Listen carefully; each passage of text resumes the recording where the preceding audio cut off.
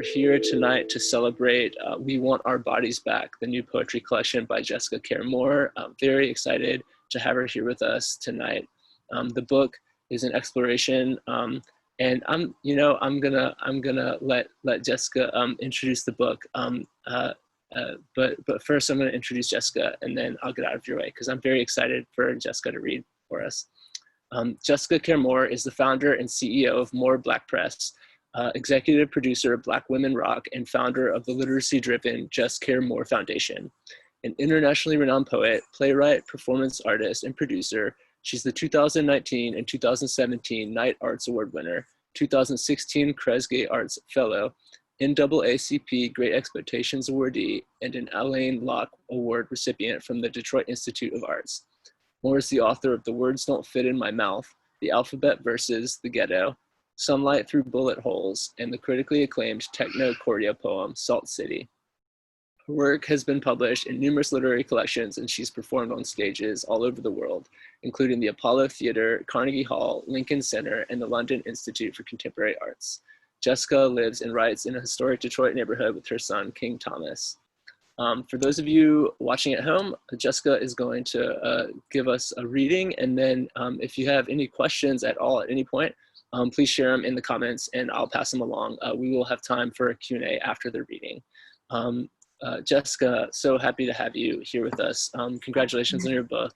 Thank you, I'm so happy. Thank you for having the book, yay. Our pleasure. Yes, I'm so excited and happy to be here. So yeah, you guys get your copies. But thank you. Look, I look forward to reading, and I do encourage people to please ask questions, and you know, because it helps me have energy so that I don't feel like I'm by myself out here reading poems. We Want Our Bodies Back is a really special book for me. It's my 5th book. It's on HarperCollins Amistad. My other books, if you know my work, I've been publishing through Moore Black Press since 1997, publishing my own work and also the work of other poets, Saul Williams, Raz Baraka, Danny Simmons, Asha Bandeli, are all poets that are on my press. And my small little, you know, independent press, we've been pushing, and it's not easy work publishing. And so I just want to say also that I just thank you to Booksmith. San Francisco is one of my favorite places to read in the world. You have 1,000 bookstores, and so I'm happy to know about another one in the Haight, one of my favorite places to hang out when I'm in town. And I'm going to read from this book, and I'm also going to read a couple poems from Sunlight Through Bullet Holes. I'm from Detroit, Michigan. It's been a real difficult time for me as an artist and a mom. My son just graduated 8th grade, which, you know, was interesting. He had to go on to online schooling. But it's been a lot of transition, right, in many ways. And so I come to you now from Yellow Springs, Ohio, where I've kind of escaped my real life for a couple of days and hanging out with some artist friends here to just make me feel a little bit safer and feel a little closer to normal. And yeah, in the words of Dave Chappelle, the world is not over yet. And so, because sometimes it feels like it really is over. There were some moments there. And so happy to be alive, affirming life, happy for breath. And that if you're joining us, that means that you're healthy. And so we stay in that light and be blessed for that. But I promise I'm gonna read some poems. And this is called, I'm gonna start, but Tango Ison Martin is one of my favorite people, and I call him the King of California. And if you know his work, then you know why I say that. And I wrote a lot of poems when I was in San Francisco producing Black Women Rock at the Yerba Buena Center for the Arts, and doing a residency at Skyline College. And so this is a poem I wrote for Tango called After Heaven Is All Goodbyes, which is this really incredible book of poetry that you should go buy if you haven't yet. I would drink the coffee if it wasn't hot, burnt tires. If you swallow gentrification, how many days before you shit out a strip mall? Or maybe all those hurricanes are the indigenous burial grounds waking up. My sweet tooth cannot survive the poor people's sugar tax. The janky tour guide is the tallest piece of sunshine on this entire peninsula. Thank God for Mississippi and after-school programs. Still waiting for the Pacific to turn into a deep cup of Black resistance. Still waiting for the Pacific to turn into a deep cup of Black resistance. Page Street, they call it downtown. The beauty is always in the core of the body of the building. How high must the hill be to really get close to the roof of that empire? Wondered the woman disguised as poet. It's okay that he cusses, says the 11-year-old magician. He says it really cool and it isn't loud. He simply lands the motherfucker correctly in the sentence. Ashes from last year's fire make an entrance. The scent of burning flesh is sometimes a hot cup of joe. New shoes against a forced blacktop. I'm a language scientist. Y'all keep placing that rock in my hands. I just want one morning without caffeine, something I can drink to fight the fall sunny, ripping through these cold Detroit bones. There is no shelter when the sun is traveling through your veins. What time is it today? Light years. That's what it feels like for real too. I don't know what time or day it is half the time. I know right now we're on PST time, right? And I'm on Eastern. I'm gonna keep going. I'm gonna read some lighter poems, and then I'll get more deeper into the foundation of the book, which is We Want Our Bodies Back. I wrote and dedicated to the life of Sandra Bland, who really touched my life in a deep way. So I'll get into that. I'm gonna warm myself up because those poems really are intense, and I give a lot when I'm reading them. And so sometimes I need to give myself a breath, as you will, so that I can have it, so I can get through the reading and not be out of breath. I'll read this though. This is I'm Not Ready to Die. It's not necessarily a soft and fuzzy poem, but I wrote it.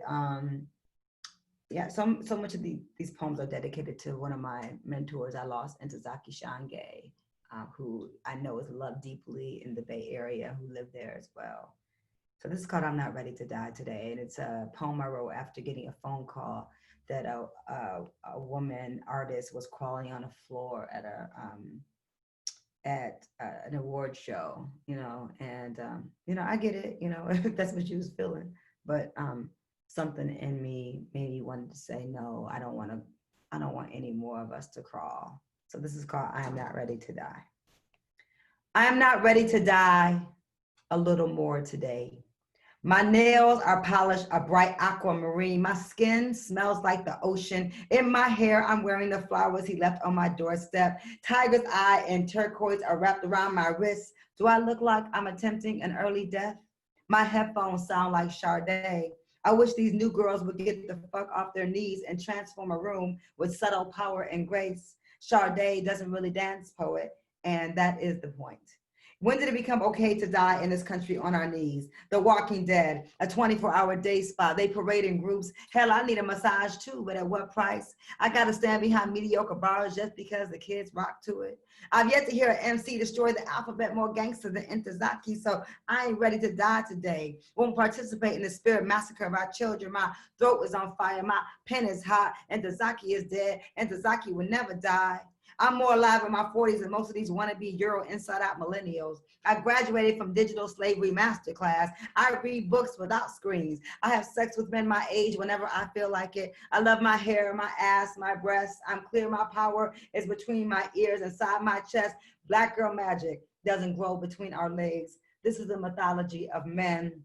How much to get off your knees, sis? This pen is a knife stabbing out the hearts of dead trees. These trees already dead anyway. A walking dead urban forest. We are surrounded, so why continue to climb, to write? Because I ain't ready to die today or tomorrow. I'm gonna keep living inside poems you didn't know were left for you. If you just get off, you would just get off the goddamn floor. You could see all these poems, all this royalty, all this world they attempt to kill you with is really your universe to inherit, to change, to rebuild. Get off your knees. Stop crawling for them. Stand up, Queen Latifah, Light, Lauren, Missy Elliott, Left Eye, Bahamadia, Rod Digger, Roxanne, Rhapsody, K Valentine, Mama Soul. Microphones are not stripper poles. Sonia, Audrey, Maya, Ntozake, Jane, Lucille, Nikki, Tony, Asha, Stacey, Anna, Carrie, Mahogany, Elizabeth, Lisa, Michelle, me, us. We need you to stop dying.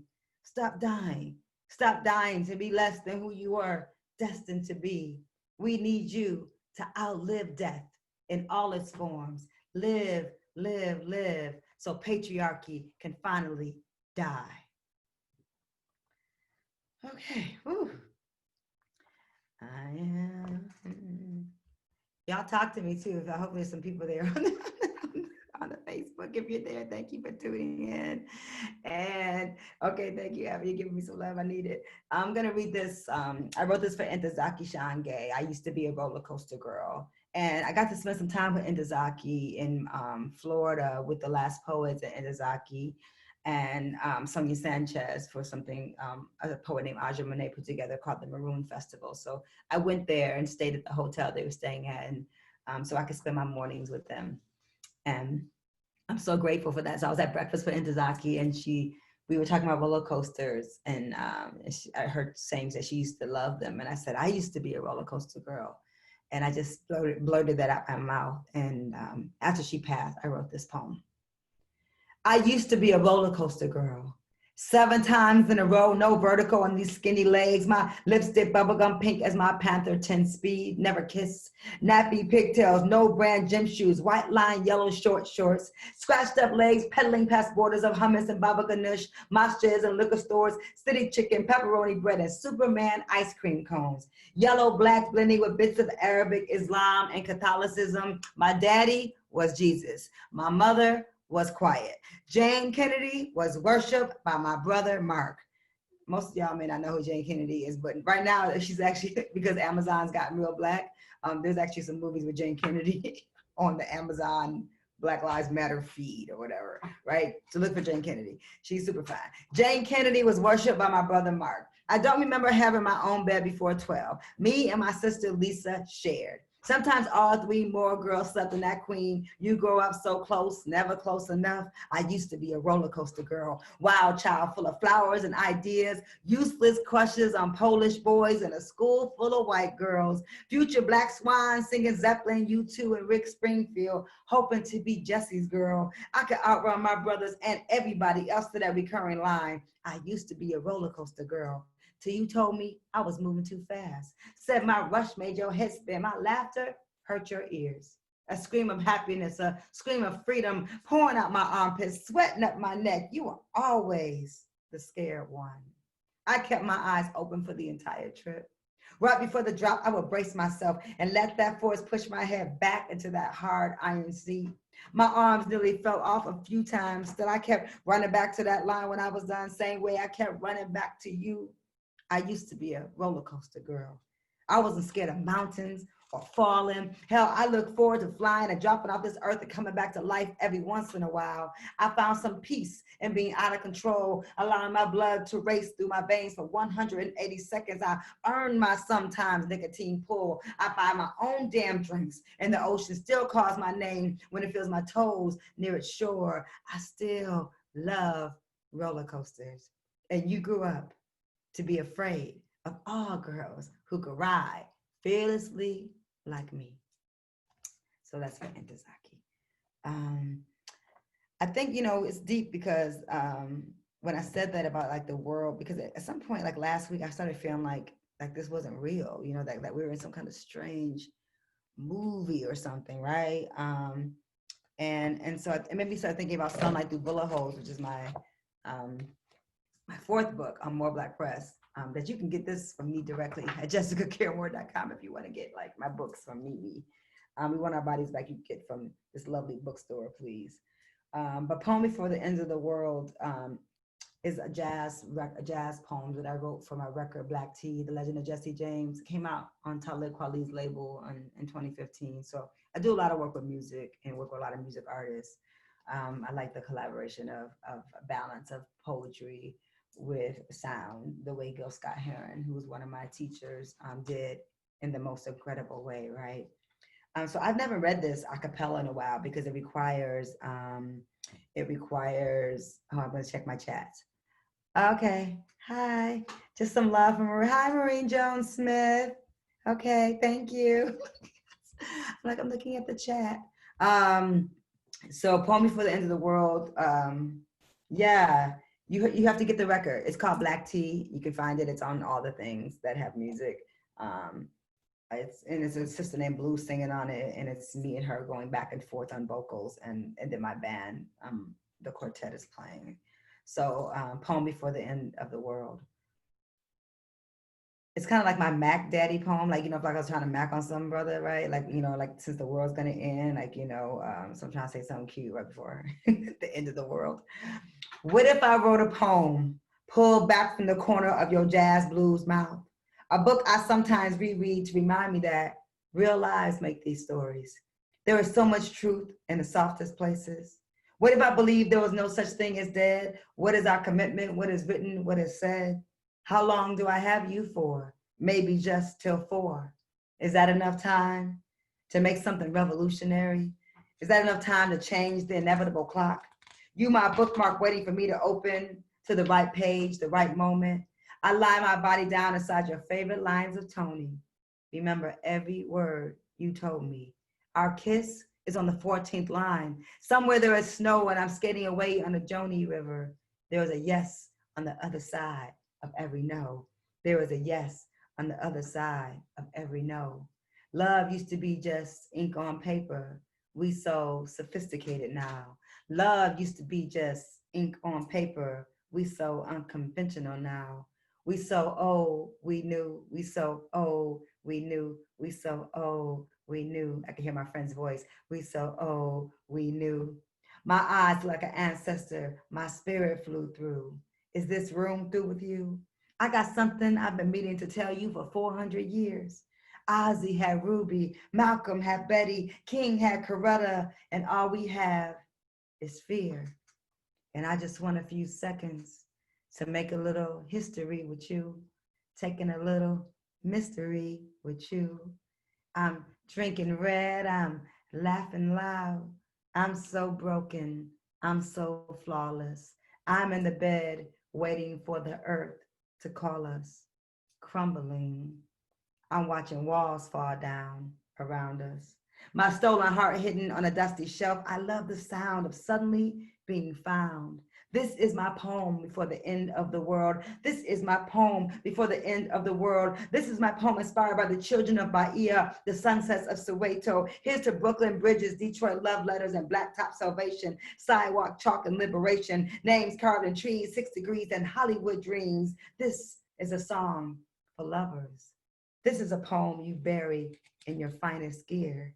When the sun is done, when the sun is done, when the southern sun is done, when the moon is cold, when music's the only thing left to hold, I will listen to your voice, so old. What if I wrote you my very last poem? What if this short hour just saved me? Armageddon is for lovers, baby. When the sun is done with us, when your smile's no longer in a rush, I'll simply give what God gave me to give and write more poems so we can live, live, live, live, live, live, live, love, love, live, live, love, live. That's it. I really need my band for that and my vocalist, but I wanted to, that's from Maureen. I want to send some love back. And so there's a love poem. So let me get into it, a little bit deeper and read something that kind of speaks to what the book speaks to. It's so funny. Like we want our bodies back can mean so many things. Oh, is that even Spokane, Washington? Hi, Spokane in the house. I'm gonna try to read this this piece. I Can't Breathe. So, what's deeper? What's happening right now with George Floyd and Breonna Taylor, Ahmaud Arbery, and what has happened to so many people, and a brother that was killed in Atlanta senselessly, is that this is not new for many of us.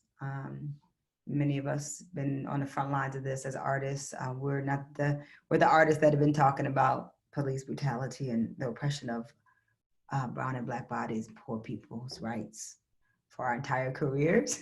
And so it's good to, feel like maybe we're relevant again and needed during this time period. But I wrote this poem, I Can't Breathe, the last words of George Floyd, you know, now because it's in my book that I wrote for Eric Garner, that I wrote after being around Mike Brown's family, and going there with Talib Kweli and Rosa Clemente. Talib called us, and we just were kind of tired of looking at Ferguson and looking at things get burned down and looking at those young people out there in their community being told to go home when they were home. And so I wrote this. It's very much from a mother's perspective, being an activist artist, or artivist, as I say, and the pressure of feeling like, am I supposed to be out here? And even now during the pandemic, because COVID-19 has been literally a living hell in Detroit, and it's taken out many people that I love, and the family members of my close dear friends. And so, normally I'd be in the streets with my son, and I just didn't feel as safe this time to just have him around crowds. And so, so shout out to my young people that, don't have children, that can go out, and because that would be me. That was me at 17, 18. That was me at Ferguson a couple years ago. But safety is real in a different kind of way right now. We're definitely dealing with some other things in the air, literally, that could kill us, besides police. So I can't breathe. I'm in Detroit and I can't breathe. The air is being sucked out of my city. The poor don't have water, and everything new means no us. I can't breathe. There is a smoking gun down my throat with promises of a post-racial America. I can't swallow the chamber. It is stuck in 1967, and it keeps reloading after it pierces the bodies of our unarmed babies. I can't breathe because I'm being rushed on a sidewalk in the middle of a peaceful protest by a militarized police force in Missouri. They are yelling, I got one, I got one. I'm half running distraught, searching for Talib's hand. Rosa is a few steps ahead. The air is thick and ugly and dense, and I can't breathe. And I'm being forced to lie face down on the cement in Ferguson with AR-15s pointed at my back. A long brown teenage boy is shaking in Rosa's lap. A young thick girl stands up anyway. I pull her back down and ask her to please wait. In Atlanta, a beautiful young activist tells me she is arrested at 6 p.m. and is driven around by officers till 2 a.m. before finally being booked with no explanation. We know who you are, they say, hoping to replace her breath with fear. And now she doesn't know how to tell her story of being kidnapped. She can't breathe. Who can push out fresh air in this country anymore? The rich, the corporation. We should all be choking to death from Fox News, processed food, and white supremacy. My 19-year-old calls me after hearing I'm in Ferguson to ask me to please go home. And he hasn't lived with me in years. So I'm trying to figure out the geographic location of this place, home. That place we should feel the safest. And I'm wondering where all this rage has been, because when you acknowledge race, you're called a racist. Mississippi, goddamn, Missouri feel hot as you. On Canfield, this young man smiles his golden meat, beautiful, bright, and bravado. You from Detroit, you a poet? I saw you on the news. This is the place where Mike Brown's blood turned to roses. The stem legs of our boys long and racing and always swimming toward the sun, easily tripped up, life interrupted. The ones who don't love you are armed. As much as we claim this is our land, the world minority is running our country. Our sweat, our women, our mothers, we birthed this nation, built it on free labor and death with no reparations ray in sight. Insight, I need more insight on what this has to do with genocide. Everything. We are here without choice. Many of us fatherless, some of us warm-blooded, West African, Dakota, Creek, Cherokee. We are a place with no place. We are natives, beautiful somewhere people, news flag poles and crosses, and so many more little girls, plus those 4 we will never forget. We are Moors, betrayed as whores, criminals. We the children of royalty. We red clay cotters. We red clay goddesses. We down south forests. We the tree with rings of stories. I can't breathe. I'm home from a terrifying place. And Octavia Butler, past future, past lives, scars we surface. I can't breathe. My son is 4 years from 12. And the park is his planet where he plays freely. He knows the seed leaves the flowers if you plant it. He loves Bob Marley, Faith Ringgold, and Frida Kahlo. Walks with his head up and doesn't follow. Recites Baraka, sings the blues. He thinks wearing a belt is cool. He is simply a black boy with an imagination built on nations of poems with a mom that says, don't mess with me. Cable is a winter luxury, so we don't get our information from the idiot box. I've already had to teach my son how to act when we're pulled over by the cops. He's seen them wave and like my poems. He's seen them black and flirt and asked to call me on the phone. He's seen them white in Dearborn Heights, accusing me of running a light I did not run. Mommy, but the policeman is lying. That's the reality too, son.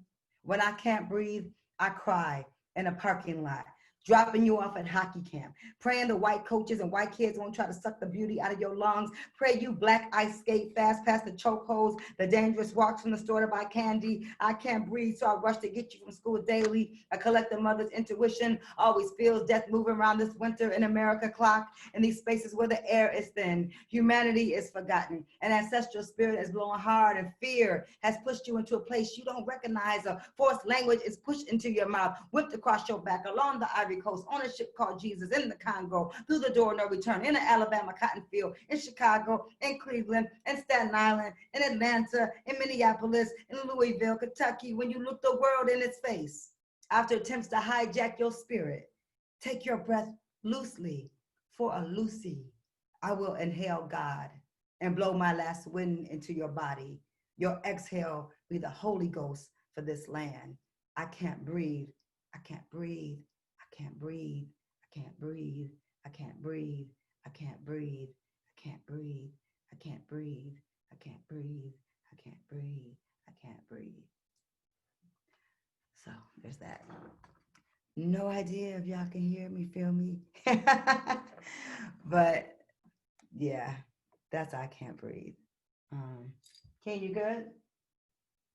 My son has tuned me up. Oh, thank you, Evan. Okay, we have nothing else. You're here. Thank you, Evan from Booksmith. Stay with me, stay with me. Short poem, Give Me a Breath. Amazing Grace. This is for Aretha. Some can sing, others summon ancestors at will. Aretha lives on. It's called Amazing Grace. That's a short. I wrote a series of poems for Aretha Franklin after she passed away. I happened to live in the neighborhood where Aretha Franklin used to live. I bought a house in that neighborhood. It's a historic neighborhood in Detroit. Let me just, so I'm just gonna switch the energy up and think about Aretha for a minute. For the Queen. Detroit, home of soul, gave birth to a voice. Skies bow to her sound and flight. Pink Cadillacs line the street. Preachers are talking, women are wailing, trying desperately to hit your unreachable range. Singing is not just an opening of a mouth. It is a deep sinking into, a blues, a conjuring of spirits. Gotta find Black angels for this type of taking over. Our great city, earth-shattering quiet this day, only a slither of a scream, air thin as industry, the voices of millions of women encapsulated inside one throat. All minks must hit the floor one time to prove they are Detroit real. Born shooting, giving them something they can feel. Break their hearts first.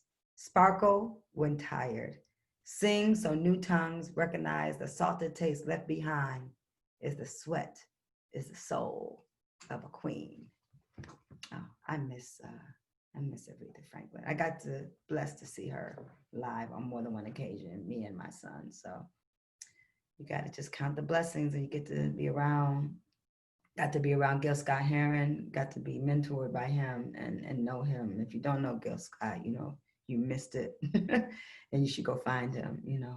I want to read this for San Francisco because the 10 cities really blew me away. I spent a lot of time there in 18. I spent a lot of time there my whole career, to be honest, and doing shows in Oakland. And actually, this book, I think, Sunlight Through Bullet Holes, I had the release party for Sunlight Through Bullet Holes at Betty Olmo. It's gone, I think. I don't know if that gallery is still there in Oakland. They've been pushing all the real people out of Oakland.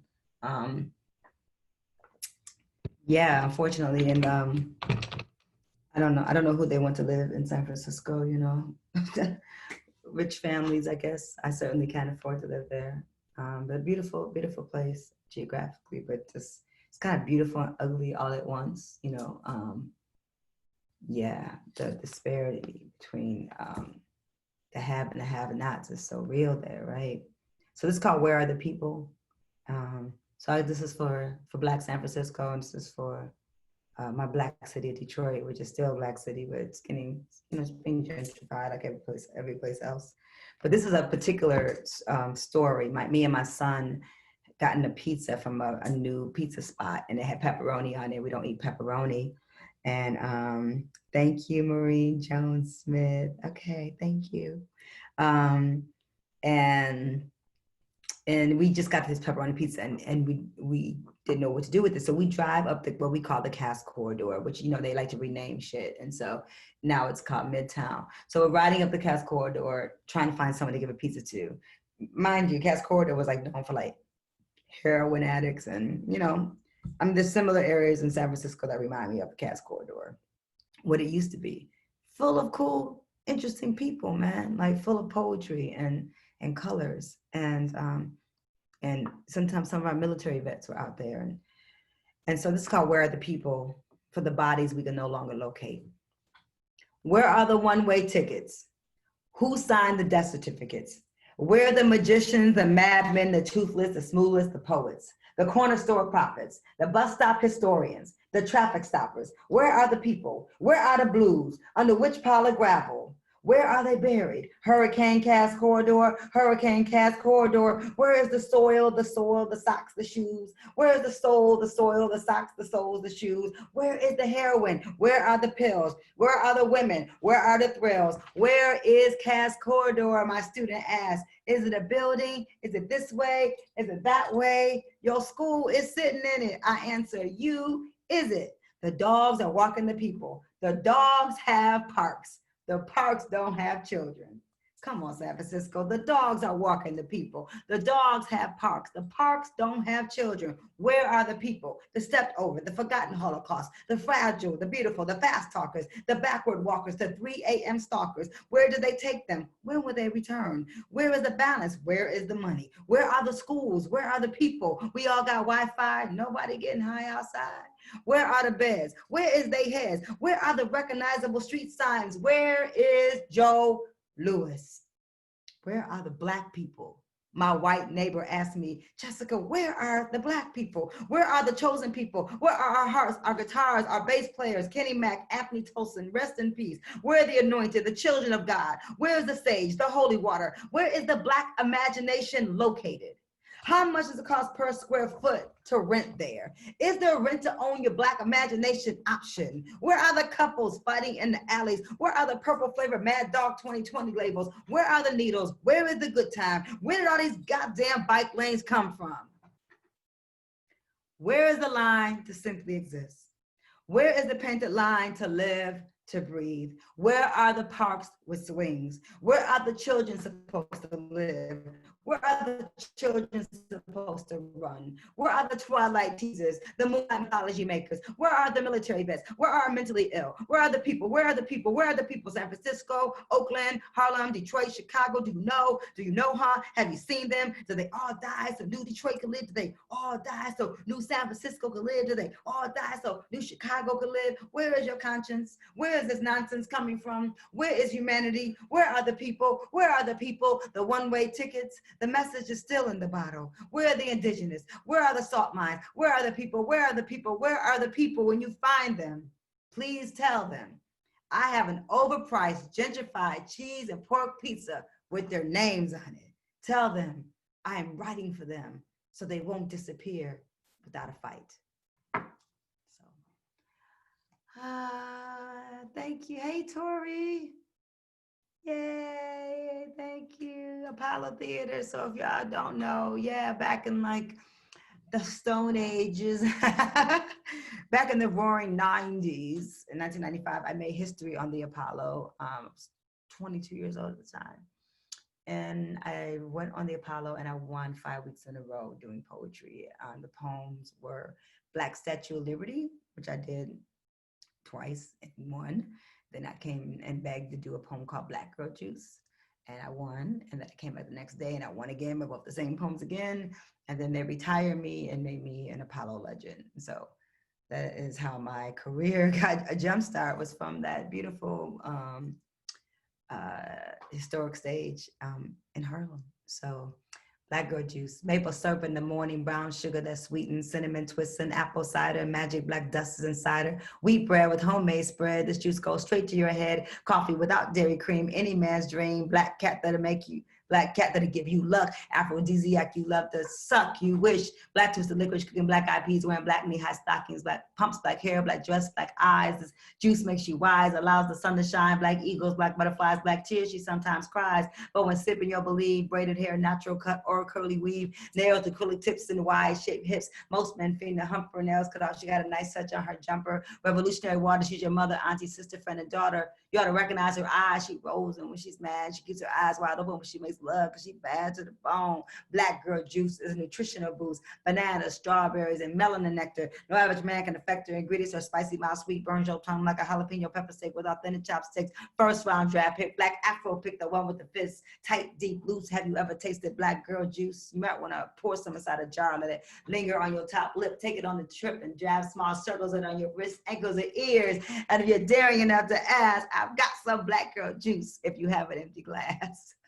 I didn't know I could even do that poem. Now, Tori, I did that for you, Miss Tori Williams, because I wrote that poem when I was 19, something like that. Just a little baby girl. That was the second. Black Statue of Liberty was the one I did first. So I'm gonna do something, just kind of switch. I'm just rolling through these poems, y'all. I want to thank Tracy K. Smith, U.S. Poet Laureate, who put a beautiful blurb in the back of my book. And of course, my friend Talib Kweli, who had no choice, otherwise I would choke him. And then Boots Riley, and so shout out to Boots Riley, who's like, y'all, he's actually, to be clear, my brother from Boots Riley is from Detroit, but Oakland has had him for quite some time, and he's been doing work. And I knew Boots Riley when he was with The Coup. I met him. I was a young journalist, and I interviewed The Coup on my hip hop show called Just Kicking It when I was just a young baby here.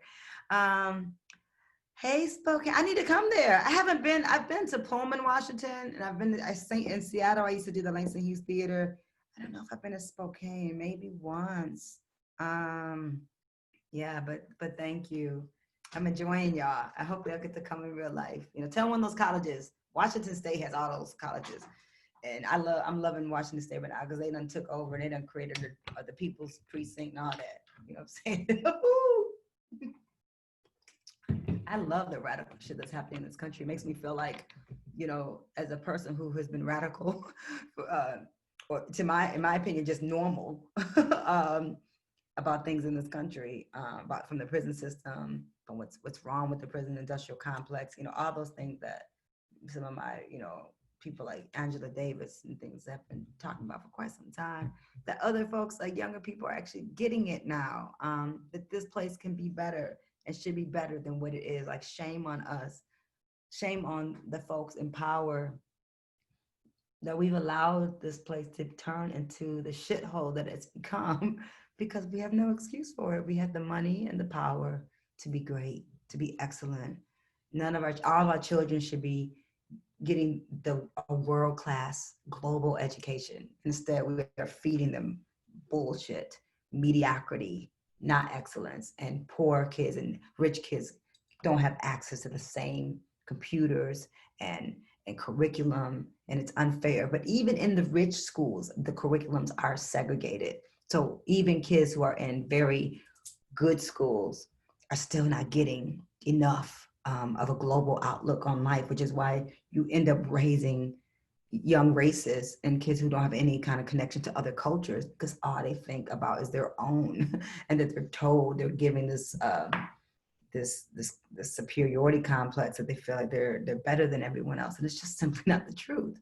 And then you start getting in planes and you realize that most women on the planet look like me, and I'm glad that I get, through the power of art and my gift and my craft, I've been able to see the world and realize that, actually, everybody over this motherfucker look like me. I'm in Brazil and South Africa and Europe and everywhere I go, and Asia. I haven't gone anywhere where I don't see women that look just like me. But they don't teach Black girls that growing up in Detroit, that everybody looks like them. They're told that they're the other, that we're not on the magazine covers, right? Craziness. And so, so I guess hopefully we'll get back to some truth and we can have a better planet and a better country, which would maybe hopefully lead to a better planet. But American kids, they've done some work on these kids, and we gotta fix them. We can virtually, since Corona shut us all down. I know. Yeah, I know. Corona is, yeah. I'm sick of being shut down. I want to do I'm doing my first real show tomorrow. Dave Chappelle is actually doing comedy shows, socially distant comedy shows outside in Yellow Springs. And I'm joining him tomorrow. So my first audience that I get to like look at the people and see that they smile, and I miss it. I'm the opposite of social distancing as far as like art goes. Like I really enjoy the connection to the audience. So this is called Dear Ozzy, Dear Ruby, and if you don't know, you should know who Ozzy Davis is. And father of of theater, and Ruby Dee, his beautiful wife, and we call it mother, father of Black theater. And I got to know them both. Ruby Dee, I did several readings with, and but Ozzy Davis, I didn't know well. I was just kind of in awe of him, and I did a reading with him before he passed away at the Epicenian Church in Harlem. We were reading slave narratives, and I had to go like before Ozzy Davis. I was terrified. I was sitting right next to him in the church pew, and I could tell that he could sense that I was probably freaking out. And so I did my reading, and then I came back and sat down next to him and just sat there. And he like elbowed me real hard in my side and said, "You done good." And I freaked out, like, "Thank you." I turned into like a 10-year-old. And so I love them both. But I wrote this poem after Ruby Dee's funeral. I was in New York celebrating Sonia Sanchez's birthday, and the funeral was the next day. So I wrote it after that. Dear Ozzy, dear Ruby, do you still put roses in her hair? Do you still draw the clouds and fluff them for her head? Is the sun still sleeping in his eyes? Is heaven a place along his chest? Are you resting in a timeless embrace? Do you still make her laugh? Does it still matter? Do you hold her hands, diamonds hidden inside palms and fingers? Is eternity inside his kiss? Do you tie his tie, adjust his chapeau?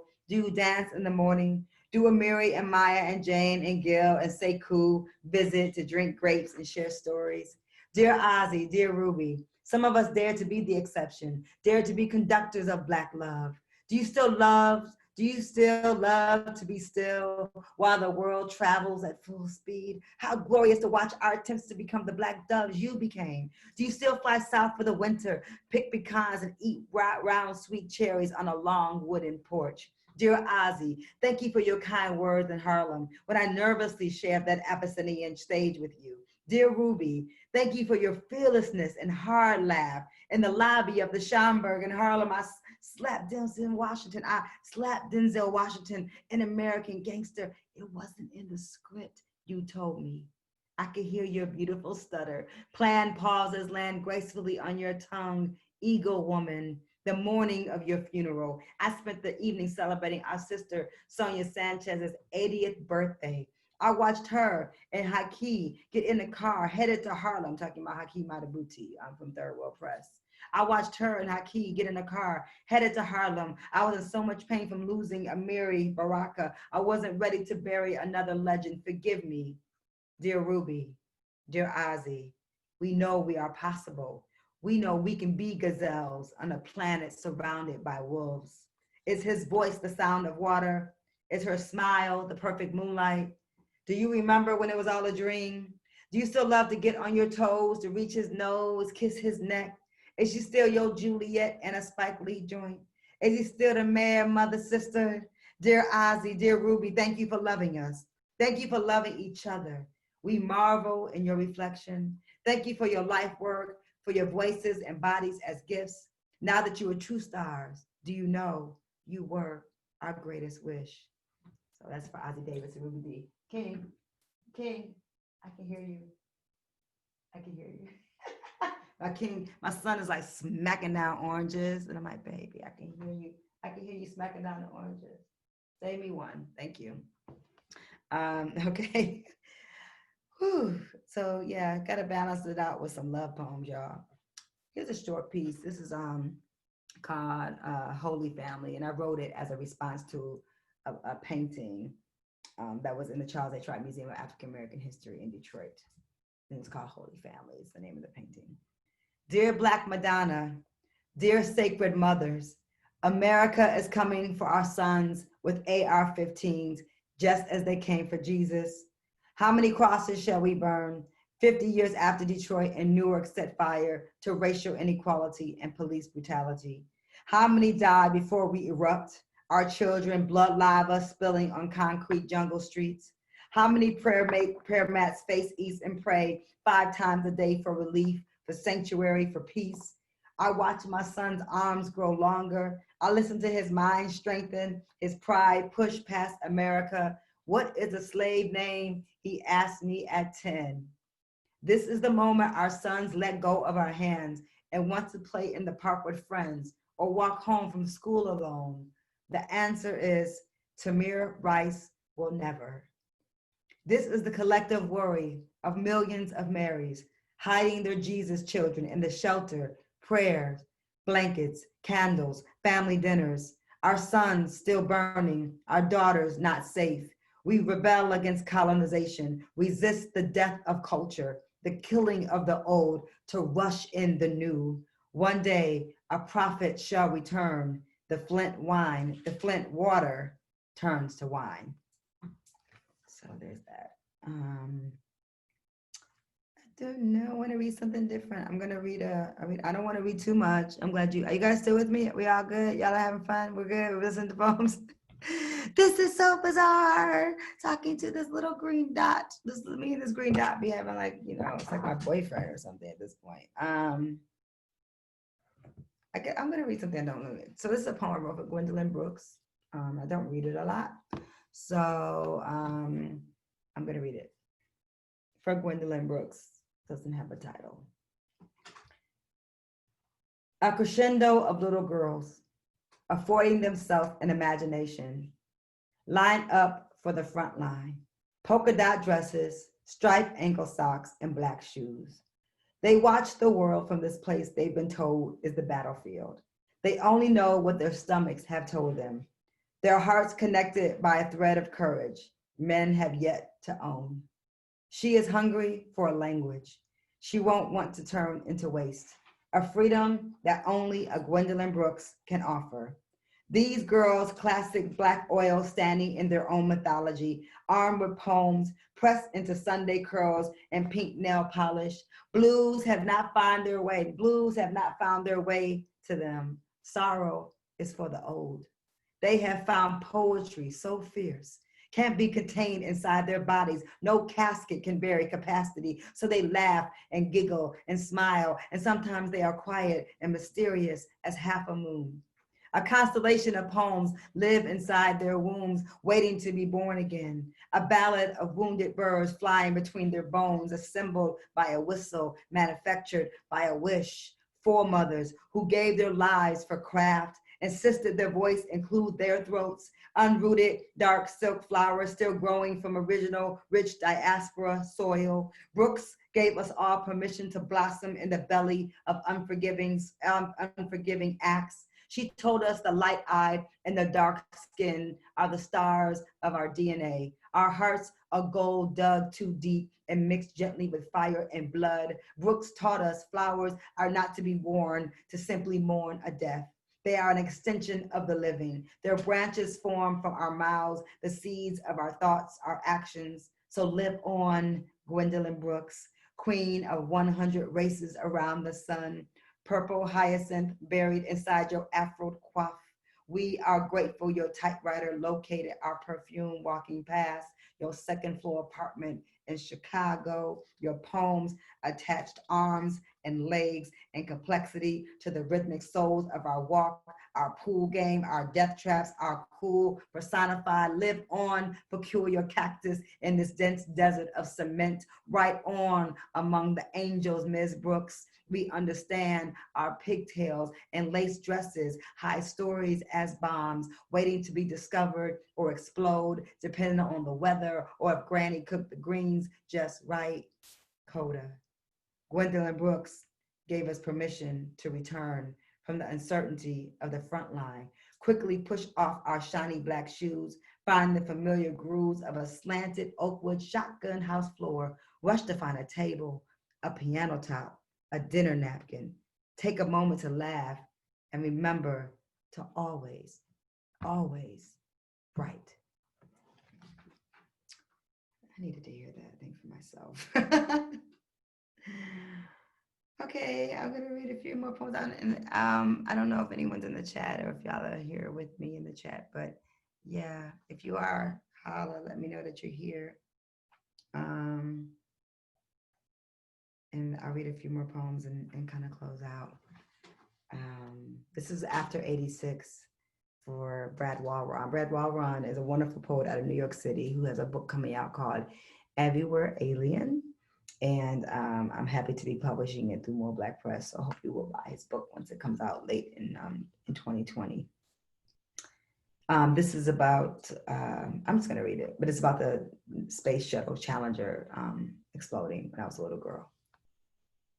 Snakes inside smokeless cold mornings embodies my 80s body, wondering how many seconds before this decade turns in on itself. I finally lived long enough to write 31 years ago, something happened.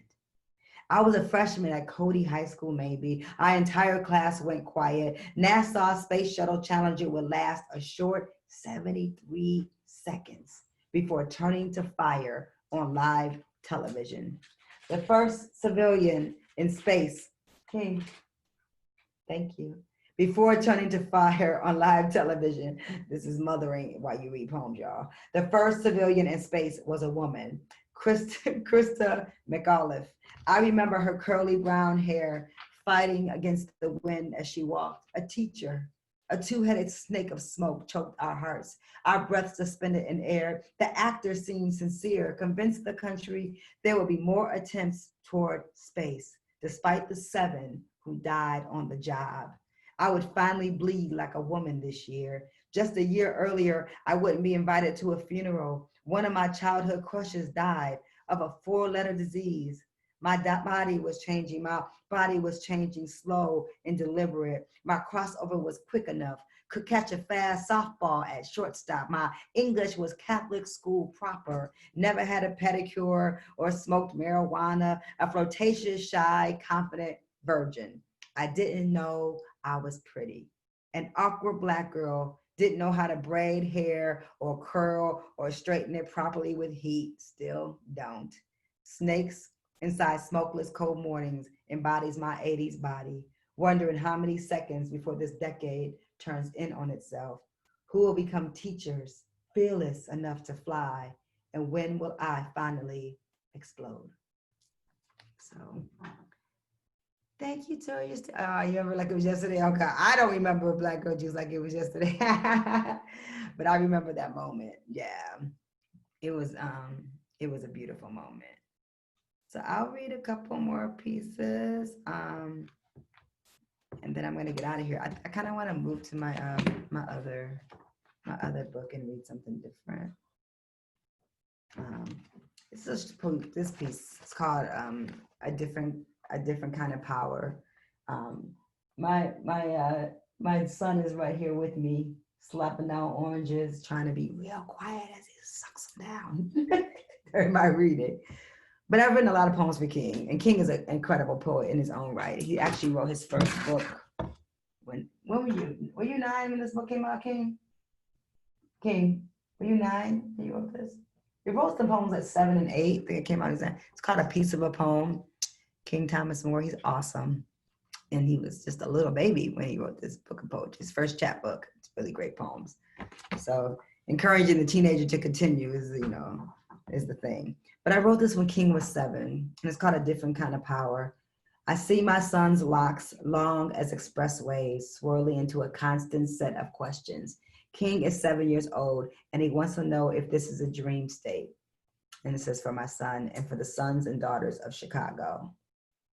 I read this when I wrote this for Chicago. I was doing work with Susan Taylor and just trying to figure out what I can do as an artist activist to help Chicago get a hold of the violence that was happening in the community there, as it does in many places, in many cities. I dream of a place where I can simply raise my native son to be human, to love music, to make art, to fall in love and to make things he loves with his hands. I am not urban fiction. My blood is blue and tastes sweet as a Huntsville watermelon. I have seen black seeds spit out and left to die in my arms. I have buried blood bitter before it was truly ripe. I become a hardened green rind, too numb to death, too cold to swallow. I don't want to raise another necessary warrior, black man on constant defense. Is that weak, feminine, delusional? Maybe in Detroit, St. Louis, Chicago, this is just a dream, a mother's heart, a naivety, a nerve forgotten. I want to tell our boys, I see the Ogun iron walk in you, the Kwame Ture fire in you. I want to tell our daughters that I know the source of your internal bruises. I know that a brown girl's pain passes down quickly through our families like hand-me-down heels that don't fit into your girlhood at knife point. We are killed with no community outcry. You are more than a pole dancer or the mirror these haunted magazine covers make you believe they're make-believe. Nothing about you is ugly. Holy water princess, oh yeah, eyes, yamaya, swimming in your womb, castles for legs, running water past everything in every corner. They say you weren't gonna ever turn beautiful, but you are. Cold heart shining, the bling is buried deep inside the marrow of your bones, beneath the surface of your skin. Chin up, warrior, young goddesses in pigtails. They turned double dutch into iambic pentameter, so you couldn't find the poem you wrote. They thought we couldn't find you, concrete flower with stem spines, but I see you fumbling with miseducation. And how many times have you been called what you are not? We need you to collect our breath and milk inside mason jars. There are women like me who've been writing for you. Daughters of Zora and Barbara, Sanchez and Brooks. There are no iron chefs that can burn stories the way sisters can cook with pens, with maps, with the turn of a head, the colossal push of our hips to birth a nation, young Malcolms and Turners, and you turn on us, on yourselves, in the name of land you don't own. Your fight is not for our people, but with your own people. We sacrifice our cervix to fix the future. We need you to make it there. You are the masters of this universe, the imagination of Octavia, the truth of Sojourner, collector of butterflies and cocoons just waiting to happen. I was 17 when I realized I could save the lives of all my friends, all my male friends, by closing my legs and making them love me enough so they would listen when I said, no, you cannot go. Shoot up that house with your boys tonight. I need you to stop chasing death. We walk in a place that detached our legs from trees, that bore strange fruit and gave birth to blues. Are we to push them back up into our wombs to save them from a life of inhumanity? Where is the Sonia Sanchez haiku vision of peace? I'm tired of black boys being treated like a pack of pit bulls. I don't want to be afraid of my own son. Is that too much to ask? I'm simply attempting to give my beautiful spirited son a different kind of power. So that's that. And I'm going to close only because I'm really tired. And I love y'all to pieces and I appreciate y'all listening to all these poems. What time is it? Yeah, it's 9:30. So that's an hour. I always do an hour. I told brother that because I can't help myself. What should I close with? I'm gonna make you buy the book so you can read We Want Our Bodies Back, which is the title poem in the book. And that book requires me to really, really like go away and use all my energy. And I need to have a little bit more for the rest of my evening. So I'm not gonna do that one. But I would encourage you, to get the book and to please read it. What I want to close with, it's a good closing piece. I read a lot for y'all. Something I haven't read. I'm going to read something I haven't read for a lot of people, which is that my poems are just not short. I guess I could do We Too Sing America.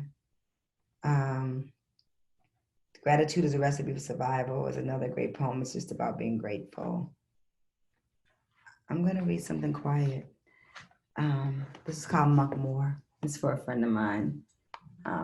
It's about love. It's about poets and love. The problem, King, baby, please. Thank you. It's my son. I love my son so much. Well, I'm going to be done in like 2 seconds, okay? The problem with loving a poet is that she is falling in love with you before you felt the delicate push, cool one.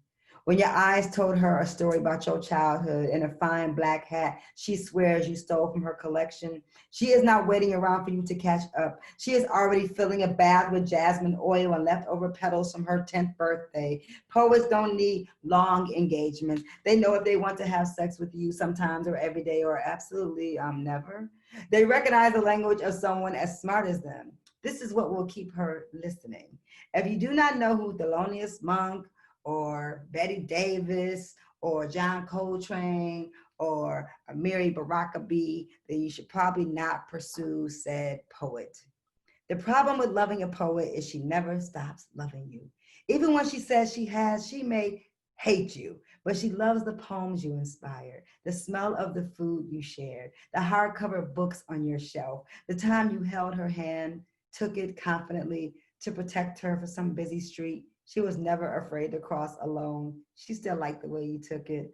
Somebody gotta walk like a man. If you make a woman laugh, then you have extracted fire from smoke. If you make a woman poet cry, you will be possessed.